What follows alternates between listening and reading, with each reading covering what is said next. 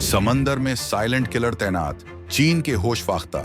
हिंद महासागर के 3000 फीट नीचे भारत ने बिछाया ऐसा जाल जिसमें फंसेगा ड्रैगन का पूरा बेड़ा।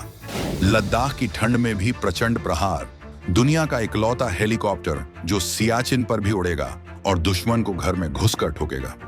44 सेकंड, 12 रॉकेट, खेल खत्म। भारत के मौत के वर्षा सिस्टम ने बदल दिए जंग के नियम। 75 किलोमीटर तक सिर्फ राख ही राख। चाय की चुस्की से पहले दुश्मन ढेर। 44 किलोमीटर दूर से सटीक निशाना। भारत की नई तोपों ने मिटा दी दूरी और मौत के बीच की लकीर। परमाणु ताकत वाला समुद्री बाज तैयार। दुश्मन की रडार भी जिसे देख न पाए, वो अदृश्य शिकारी अब भारतीय नौसेना के डेक पर सज चुका है। दोस्तों, इतिहास गवाह है कि दुनिया उसी को सलाम करती है जिसकी मुट्ठी में ताकत होती है। कमजोरों की अहिंसा को दुनिया मजबूरी कहती है, लेकिन ताकतवर की शांति को दया कहा जाता है। और साल 2025 भारत के इतिहास में वही साल बनकर उभरा है जिसने हमें दया दिखाने वाली स्थिति में ला खड़ा किया है। एक वक्त था जब हमारी फाइलें विदेशी रक्षा कंपनियों के दफ्तरों में धूल फांकती थीं। हमें एक एक राइफल, एक एक गोली के लिए दूसरे देशों का मुंह ताकना पड़ता था। लेकिन 2025 में जो हुआ है, उसने वॉशिंगटन के व्हाइट हाउस से लेकर बीजिंग के कम्युनिस्ट पार्टी हेडक्वार्टर तक की नींदें हराम कर दी हैं। ये साल सिर्फ तारीख बदलने का नहीं, बल्कि भारत की तकदीर बदलने का साल साबित हुआ है। 2 लाख करोड़ रुपए, ये कोई मामूली रकम नहीं है। ये वो महानिवेश है जिसने भारतीय सेना की रगों में फौलाद भर दिया है। रक्षा मंत्रालय ने इस साल जो फैसले लिए हैं, वो किसी साधारण खरीद फरोख्त के फैसले नहीं हैं। ये एक ऐसे भारत का ऐलान है जो अब अपनी शर्तों पर जीता है। 2,09,050 करोड़ रुपए के रक्षा सौदे, और इसमें सबसे बड़ी गर्व की बात यह है कि इसका 80% हिस्सा यानी करीब 1.7 लाख करोड़ रुपए सीधे भारत की अपनी कंपनियों, अपने वैज्ञानिकों और अपने मेहनतकश लोगों के पास गया है। ये मेक इन इंडिया का वो रौद्र रूप है जिसकी कल्पना शायद दुनिया के बड़े बड़े आर्थिक पंडितों ने भी नहीं की थी। लेकिन असली सवाल ये नहीं है कि हमने कितना पैसा खर्च किया। असली सवाल ये है कि आखिर हमने खरीदा क्या है। आखिर वो कौन से 10 हथियार हैं जिन्हें हासिल करने के बाद भारतीय सेना का सीना 56 इंच नहीं बल्कि 100 इंच का हो गया है। क्या है उस अदृश्य जासूस की कहानी जो बादलों के ऊपर बैठकर दुश्मन के घर में झांक सकता है? क्यों एक खास भारतीय हेलीकॉप्टर को दुनिया का इकलौता हाई एल्टीट्यूड वॉरियर कहा जा रहा है? और लिस्ट के नंबर 1 पर बैठा वो कौन सा हथियार है जिसने पाकिस्तान और चीन के रणनीतिकारों को अपने वॉर रूम के नक्शे बदलने पर मजबूर कर दिया है? आज हम इस वीडियो में इन 10 महाविनाशक हथियारों की एक एक परत खोलेंगे। हम आपको बताएंगे कि कैसे इन हथियारों ने भारत को एक रक्षात्मक देश से बदलकर एक आक्रामक महाशक्ति बना दिया है। तो अपनी कुर्सियों की पेटी बांध लीजिए, क्योंकि अगले कुछ मिनटों में आपको जो जानकारी मिलने वाली है वो आपके रोंगटे खड़े कर देगी। और हाँ, कमेंट बॉक्स में अपनी उंगलियों को तैयार रखिएगा, क्योंकि इस लिस्ट को देखने के बाद आप जय हिंद लिखे बिना रह नहीं पाएंगे। तो चलिए शुरू करते हैं उल्टी गिनती नंबर 10 से। नंबर 10, भारत का शिवास्त्र। शुरुआत करते हैं लिस्ट के 10वें पायदान से, एक ऐसे हथियार के साथ जिसे डीआरडीओ ने भगवान शिव के धनुष पिनाका का नाम दिया है। और विश्वास मानिए, इसका काम भी वही है, प्रलय लाना। 2025 में भारतीय सेना ने पिनाका रॉकेट सिस्टम के नए और अपग्रेडेड रेजिमेंट्स के लिए जो बम्पर ऑर्डर दिए हैं, उसने दुश्मन की आर्टिलरी यूनिट्स में खलबली मचा दी है। आप सोचेंगे कि मिसाइलों के जमाने में रॉकेट सिस्टम की क्या अहमियत है, तो जरा इस आंकड़े पर गौर कीजिए। 44 सेकंड, जी हाँ, 1 मिनट से भी कम समय। पलक झपकने जितनी देर में पिनाका का एक लॉन्चर 12 हाई एक्सप्लोसिव रॉकेट दाग देता है। और जब एक पूरी बैटरी एक साथ फायर करती है तो आसमान का रंग बदल जाता है। ये रॉकेट नहीं गिरते, बल्कि मौत की बारिश होती है। 2025 वाला पिनाका पुराना वाला नहीं है। ये गाइडेड है, ये स्मार्ट है, और इसकी रेंज अब 75 किलोमीटर तक पहुंच चुकी है। इसका मतलब समझते हैं आप? इसका मतलब है कि दुश्मन अपनी सीमा के 75 किलोमीटर अंदर भी सुरक्षित नहीं है। पिनाका को एक एरिया डिनायल वेपन कहा जाता है, यानी जिस इलाके में इसे तैनात कर दिया गया वहां दुश्मन की पूरी बटालियन, उनके टैंक, उनके बंकर, सब कुछ राख के ढेर में बदल जाएगा। इसकी सबसे बड़ी खासियत है इसकी मोबिलिटी। ये एक टाटा ट्रक के ऊपर लगा होता है। फायर किया और इससे पहले कि दुश्मन के रडार इसकी लोकेशन ट्रेस कर पाएं, ये वहां से रफू चक्कर हो जाता है। शूट एंड स्कूट की ये तकनीक इसे दुश्मन के लिए एक ऐसा सिरदर्द बना देती है जिसका कोई इलाज नहीं। 2025 के सौदों में इसके लिए नए तरह के वॉरहेड्स भी खरीदे गए हैं जो दुश्मन के रनवे और कम्युनिकेशन सेंटर्स को विशेष रूप से निशाना बनाएंगे। पिनाका सिर्फ एक हथियार नहीं बल्कि भारत का वो जवाब है जो कहता है कि अगर तुमने एक गोली चलाई तो हम 12 रॉकेट दागेंगे। नंबर 9 AK-203 RIFS, भरोसे का दूसरा नाम, सिनायनिम ऑफ ट्रस्ट। अब कदम बढ़ाते हैं 9वें नंबर की तरफ। दोस्तों, युद्ध चाहे कितना भी हाईटेक हो जाए, अंत में जीत उसी की होती है जिसका जवान जमीन पर खड़ा होकर झंडा गाड़ता है, और उस जवान की जान की सबसे बड़ी हिफाजत उसकी राइफल करती है। दशकों तक हमारे जवानों ने INSS राइफल्स का बोझ उठाया जो अक्सर नाजुक मौकों पर धोखा दे जाती थी, लेकिन 2025 में वो काला अध्याय हमेशा के लिए बंद हो गया है। उत्तर प्रदेश के अमेठी में कोरवा ऑर्डिनेंस फैक्ट्री ने जिस रफ्तार से AK-23 राइफल्स का उत्पादन शुरू किया है वो काबिले तारीफ है।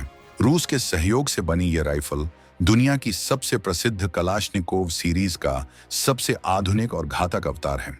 2025 में 6 लाख से ज्यादा राइफल्स भारतीय सेना के हाथों में पहुंचने का रास्ता साफ हो गया है। इसकी तकनीक इतनी सरल और मजबूत है कि चाहे राजस्थान की तपती रेत हो, नॉर्थ ईस्ट के घने जंगल हों या सियाचिन की जमा देने वाली ठंड, ये राइफल कभी जाम नहीं होती। इसकी 7.62 गुणा 39 मिलीमीटर की गोली में इतनी ताकत है कि ये दुश्मन के बुलेट प्रूफ जैकेट को भी कागज की तरह फाड़ कर निकल जाती है। ये सौदा सिर्फ एक बंदूक खरीदने का सौदा नहीं है, ये आत्मनिर्भरता का सौदा है। अब हमें गोलियों के लिए किसी और देश के सामने गिड़गिड़ाना नहीं पड़ेगा। ये राइफल्स अब हमारे घर में बन रही हैं, हमारे मजदूरों द्वारा बनाई जा रही हैं। इसमें पिकाटिनी रेल्स लगी हैं, यानी जवान इस पर नाइट विजन, लेजर साइट्स और आधुनिक स्कोप लगा सकते हैं। ये एक मॉडर्न सैनिक के लिए एक मॉडर्न हथियार है। जब सीमा पर खड़ा जवान अपने हाथ में AK-203 थामता है तो उसका आत्मविश्वास 7वें आसमान पर होता है।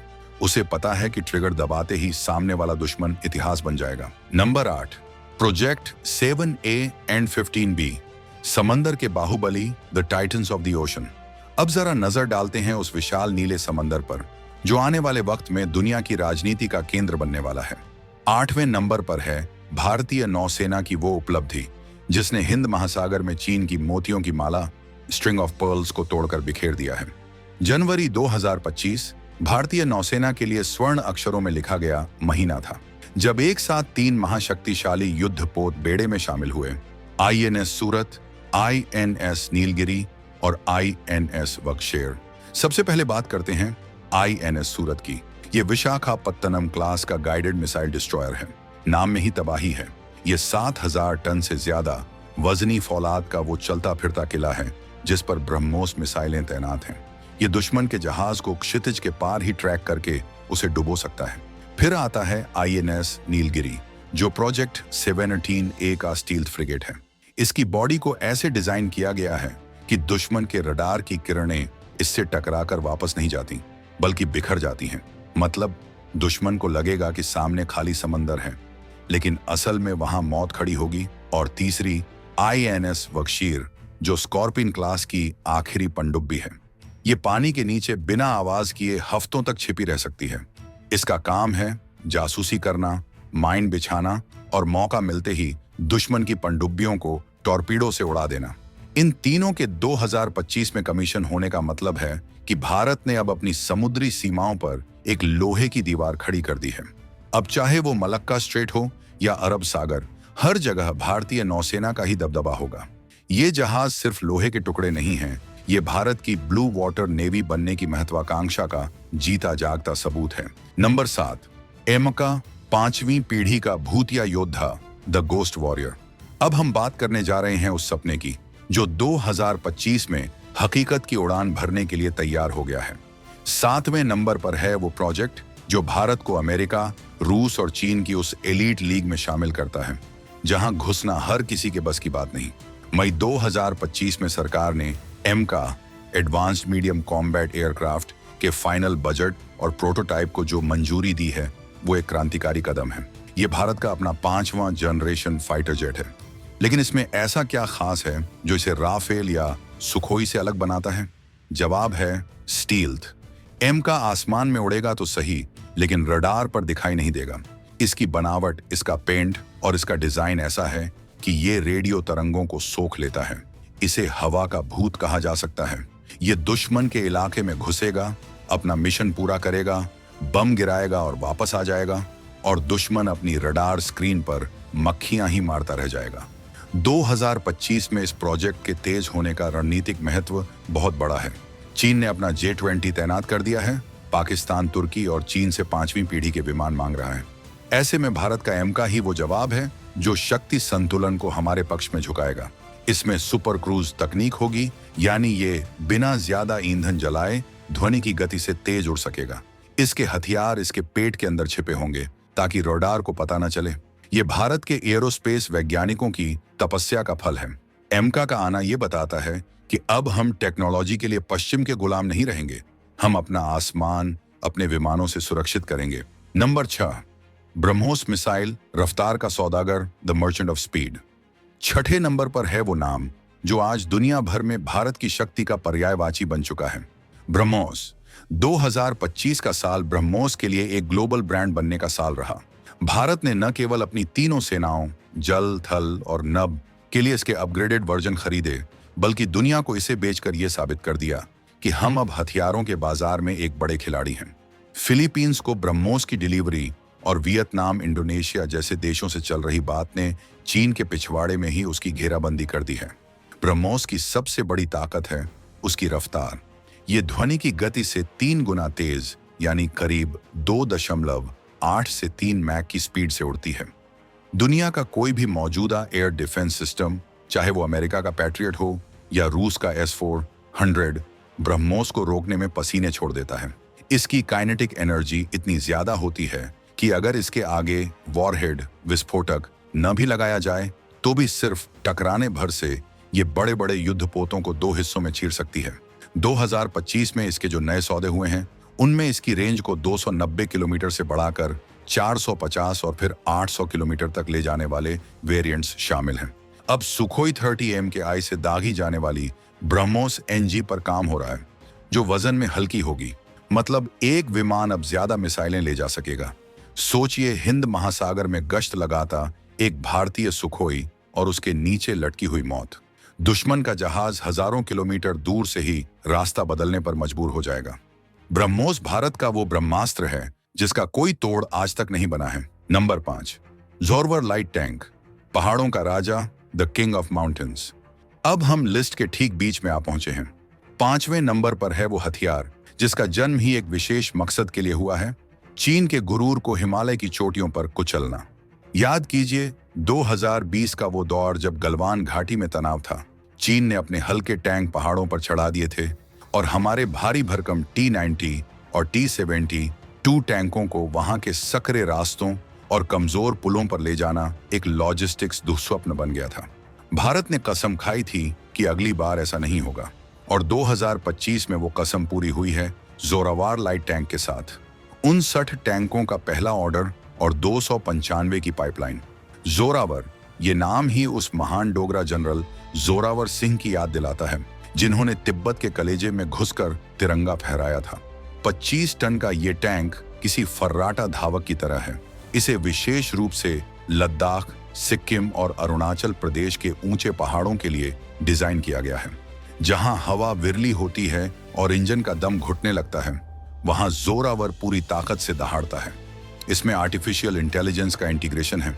ये अपने साथ छोटे ड्रोन्स लेकर चलता है जो आगे जाकर दुश्मन की टोह लेते हैं। इसकी गन इतनी स्थिर है कि ऊबड़ खाबड़ रास्तों पर चलते हुए भी ये सटीक निशाना लगा सकती है। चीन के टाइप 15 लाइट टैंक को टक्कर देने के लिए बनाया गया ज़ोरावर कई मामलों में उससे बेहतर साबित हो रहा है। इसकी एक्टिव प्रोटेक्शन सिस्टम दुश्मन की आती हुई मिसाइल को हवा में ही नष्ट कर देती है। 2025 में इसकी तैनाती ने लद्दाख के शक्ति संतुलन को पूरी तरह बदल दिया है। अब भारतीय सेना सिर्फ रक्षात्मक नहीं, बल्कि मौका मिलने पर पहाड़ों के उस पार जाकर भी मार करने की क्षमता रखती है। नंबर 4, MQ-9B प्रेडेटर ड्रोन, आसमान का silent killer, the silent killer of the sky. चौथे नंबर पर है वो अमेरिकी सौदा जिस पर पूरी दुनिया की नजरें टिकी थी। राष्ट्रपति डोनाल्ड ट्रंप की वापसी और भारत अमेरिका संबंधों में आए नए मोड़ के बीच 2025 में $3.9 बिलियन, करीब 32,000 करोड़ रुपए कि AMQ-9 BCC guardian sky guardian drone deal का फाइनल होना एक मास्टर स्ट्रोक है। 31 ऐसे ड्रोन भारत आ रहे हैं, 15 नौसेना के लिए और 8 सेना और वायुसेना के लिए। इसे सिर्फ ड्रोन कहना गलत होगा, ये एक मानव रहित हत्यारा है। इसकी सबसे बड़ी खासियत है इसकी एंड्योरेंस। ये लगातार 35 से 40 घंटे तक हवा में रह सकता है। जरा कल्पना कीजिए, एक बार टेक ऑफ किया और लगभग 2 दिन तक आसमान में मंडराता रहा। ये 50,000 फीट की ऊंचाई पर उड़ता है, जहां से इसे न तो नंगी आंखों से देखा जा सकता है और न ही साधारण रडार इसे पकड़ पाते हैं। लेकिन ये सिर्फ देखता नहीं है, जब इसे ऑर्डर मिलता है तो ये हेल फायर मिसाइलों से हमला करता है। ये वही मिसाइलें हैं जिनका इस्तेमाल अमेरिका ने दुनिया भर के खूंखार आतंकियों को खत्म करने के लिए किया है। इनमें लेजर गाइडेड बम भी लगाए जा सकते हैं। नौसेना के लिए जो वर्जन आ रहा है वो तो पनडुब्बियों को भी ढूंढकर मार सकता है। इसका मतलब है कि हिंद महासागर के चप्पे चप्पे पर और पाकिस्तान चीन सीमा के हर बंकर पर अब भारत की तीसरी आंख होगी। ये खुफिया जानकारी जुटाने में गेम चेंजर है। अब दुश्मन का कोई भी मूवमेंट, चाहे वो रात के अंधेरे में हो या घने जंगलों में, भारत की नजरों से बच नहीं पाएगा। ये सौदा महंगा जरूर है, लेकिन सुरक्षा की जो गारंटी ये देता है वो अनमोल है। नंबर 3, राफेल एम विमान वाहक पोत का रक्षक, द गार्डियंस द कैरियर। अब हम टॉप 3 के रोमांचक जोन में दाखिल हो रहे हैं। तीसरे नंबर पर है वो फ्रांसीसी सौदा, जिसने भारतीय नौसेना की हवाई ताकत को एक नई धार दी है। हम बात कर रहे हैं राफेल एम मरीन वेरिएंट की। 26 लड़ाकू विमानों का ये सौदा भारत के विमान वाहक पोत का रक्षक है। पोतों INS विक्रांत और INS विक्रमादित्य के लिए संजीवनी बूटी समान है। अब तक हमारी नौसेना MiG-29 के पर निर्भर थी, जिसकी अपनी समस्याएं थीं, लेकिन राफेल एम एक अलग ही श्रेणी का जानवर है। इसे ओमनी रोल फाइटर कहा जाता है। मतलब एक ही उड़ान में ये हवा में दुश्मन के जहाजों से लड़ सकता है, समंदर में दुश्मन के युद्धपोतों को उड़ा सकता है और जमीन पर बमबारी भी कर सकता है। इसकी सबसे बड़ी खासियत है इसका छोटा टेक ऑफ रन और बेहद मजबूत लैंडिंग गियर, जो हिलते डुलते जहाज के डेक पर उतरने के लिए जरूरी है। ये विमान मीटियोर मिसाइलों से लैस है, जिनकी नो एस्केप जोन दुनिया में सबसे ज्यादा है। यानी अगर राफेल ने लॉक कर लिया तो दुश्मन का बचना नामुमकिन है। सबसे महत्वपूर्ण बात यह है कि राफेल एम परमाणु हथियार ले जाने में भी सक्षम है। समंदर के बीचों बीच तैरते हुए एयरबेस से परमाणु हमला करने की क्षमता भारत को एक जबरदस्त स्ट्रैटेजिक एडवांटेज देती है। चीन अपनी नौसेना को तेजी से बढ़ा रहा है, लेकिन राफेल एम की मौजूदगी ने यह सुनिश्चित कर दिया है कि हिंद महासागर में एयर सुपीरियरिटी भारत के पास ही रहेगी। $6 बिलियन का यह सौदा महंगा लग सकता है, लेकिन जब बात देश की सुरक्षा की हो तो सर्वश्रेष्ठ से कम कुछ भी मंजूर नहीं। नंबर 2, ATAGS स्वदेशी तोप की गूंज, the roar of indigenous artillery. दूसरे नंबर पर है वो हथियार जिसने साबित कर दिया है कि भारतीय दिमाग और भारतीय लोहा जब मिलते हैं तो दुनिया देखती रह जाती है। ये है ATAGS advance towed artillery gun system. 2025 में सेना ने 307 तोपों का ऑर्डर देकर और 7,000 करोड़ रुपए का चेक साइन करके DRDO के वैज्ञानिकों को सबसे बड़ा सम्मान दिया है। आपको याद होगा बोफोर्स तोप का नाम, जिसने करगिल में दुश्मन के छक्के छुड़ा दिए थे। ATAGS उसी बोफोर्स का एक अल्ट्रा मॉडर्न 21वीं सदी का और कहीं ज्यादा घातक संस्करण है। ये 155 मिलीमीटर बाई 52 कैलिबर की तोप है। इसकी सबसे बड़ी उपलब्धि है इसकी रेंज 48 किलोमीटर। दुनिया की बहुत कम तोपें हैं जो इतनी दूर तक सटीक गोला दाग सकती हैं। इसका मतलब है कि हम दुश्मन की तोपों की रेंज से बाहर खड़े होकर उन पर गोले बरसा सकते हैं। इसमें एक ऑटोमेटिक लोडिंग सिस्टम लगा है जो इसे बहुत तेजी से फायर करने की क्षमता देता है। ये 30 सेकंड में 5 गोले दाग सकती है। इसे बर्स्ट फायर मोड कहते हैं। सोचिए, दुश्मन अभी पहले गोले के धमाके से संभला भी नहीं होगा कि उसके ऊपर 4 और गोले गिर चुके होंगे। इसकी मोबिलिटी और सटीकता ने इसे सीमा पर तैनात कमांडरों का पसंदीदा हथियार बना दिया है। पाकिस्तान की सीमा पर, जहां अक्सर आर्टिलरी डुएल्स गोलाबारी होती रहती है, ATAGS का होना मतलब दुश्मन को चुप रहने पर मजबूर कर देना। ये तोप सिर्फ बारूद नहीं उगलती, ये आत्मनिर्भर भारत का जय घोष करती है। अब हमें तोपों के स्पेयर पार्ट्स के लिए किसी विदेशी कंपनी के नखरे नहीं सहने पड़ेंगे। नंबर 1, LCH प्रचंड, सियाचिन का महायोद्धा, द वॉरियर ऑफ सियाचिन। और अब देवियों और सज्जनों, वक्त आ गया है उस हथियार का नाम लेने का जो इस लिस्ट का सरताज है। नंबर 1 पर है वो मशीन, वो इंजीनियरिंग का चमत्कार जिसने दुनिया को दिखा दिया कि भारत क्या कर सकता है। ये है LCH प्रचंड लाइट कॉम्बैट हेलीकॉप्टर। मार्च 2025 में 156 हेलीकॉप्टरों के लिए 62,700 करोड़ रुपए का ऐतिहासिक सौदा हुआ। ये भारतीय रक्षा इतिहास के सबसे बड़े स्वदेशी ऑर्डर्स में से एक है। आखिर प्रचंड नंबर 1 क्यों है? अमेरिका का अपाचे दुनिया का सबसे अच्छा अटैक हेलीकॉप्टर माना जाता है ना? लेकिन एक जगह है जहां अपाचे भी फेल हो जाता है और वो है सियाचिन, दुनिया का सबसे ऊंचा युद्ध क्षेत्र। LCH प्रचंड दुनिया का इकलौता अटैक हेलीकॉप्टर है जो 5,000 मीटर 16,400 फीट की ऊंचाई पर हथियारों के पूरे लोड के साथ लैंड कर सकता है और वहां से टेक ऑफ कर सकता है। कारगिल युद्ध के दौरान हमें महसूस हुआ था कि हमारे पास ऐसा कोई हेलीकॉप्टर नहीं है जो इतनी ऊंचाई पर जाकर दुश्मन के बंकरों पर सीधा रॉकेट दाग सके। उस कमी को भारत ने 25 साल की मेहनत के बाद प्रचंड के रूप में पूरा किया है। इसमें 2 इंजन लगे हैं जो इसे गजब की ताकत देते हैं। इसकी बॉडी स्लीक है जिससे ये रडार पर कम दिखता है। इसमें लगी 20 मिलीमीटर की टोप पायलट के हेलमेट से जुड़ी है। जिधर पायलट की नजर घूमेगी तोप की नाल उधर ही घूम जाएगी और आग उगलने लगेगी। इसमें मिस्ट्रल हवा से हवा में मार करने वाली मिसाइलें और ध्रुवास्त्र एंटी टैंक मिसाइलें लगी हैं। ये हेलीकॉप्टर नहीं, हवा में उड़ता हुआ यमराज है। 156 प्रचंड हेलीकॉप्टरों का बेड़े में शामिल होना 66 वायुसेना और 90 थल सेना, चीन और पाकिस्तान के लिए एक बुरा सपना है। अब चाहे वो हिमालय की चोटियां हों या थार का रेगिस्तान, प्रचंड हर जगह दुश्मन का काल बनकर मंडराएगा। ये सौदा सिर्फ हेलीकॉप्टर का नहीं, ये भारत की जिजीविषा और विज्ञान की जीत का प्रतीक है। तो दोस्तों, ये थे 2025 के वो 10 रक्षा सौदे जिन्होंने भारत की सैन्य ताकत का नक्शा बदल दिया है। लेकिन अगर आप गहराई से देखें तो आपको एक बड़ा पैटर्न नजर आएगा। ये पैटर्न है संतुलन से वर्चस्व की ओर। अब तक भारत केवल शक्ति संतुलन बनाए रखने की कोशिश करता था, यानी पाकिस्तान और चीन के पास जो है हमारे पास भी वैसा कुछ हो। लेकिन LCH प्रचंड S-400 जो पहले से है, राफेल M और जोरावर जैसे हथियारों के साथ भारत ने अब डोमिनेंस यानी वर्चस्व की राह चुन ली है। इन सौदों में एक और खास बात है, टेक्नोलॉजी ट्रांसफर और घरेलू निर्माण। 2 लाख करोड़ में से बड़ा हिस्सा भारत के अपने इकोसिस्टम को मजबूत करेगा। टाटा, L&T, महिंद्रा डिफेंस और भारत फोर्ज जैसी प्राइवेट कंपनियां अब सरकारी कंपनियों के साथ कंधे से कंधा मिलाकर चल रही हैं। इसका मतलब है कि युद्ध के समय अगर सप्लाई चेन टूटती भी है तो भी भारत के कारखाने चलते रहेंगे, हथियार बनते रहेंगे। ये असली स्ट्रेटेजिक ऑटोनॉमी है। चीन की अर्थव्यवस्था डगमगा रही है, पाकिस्तान अपनी अंदरूनी कलह में उलझा है और दुनिया ट्रेड वॉर में फंसी है।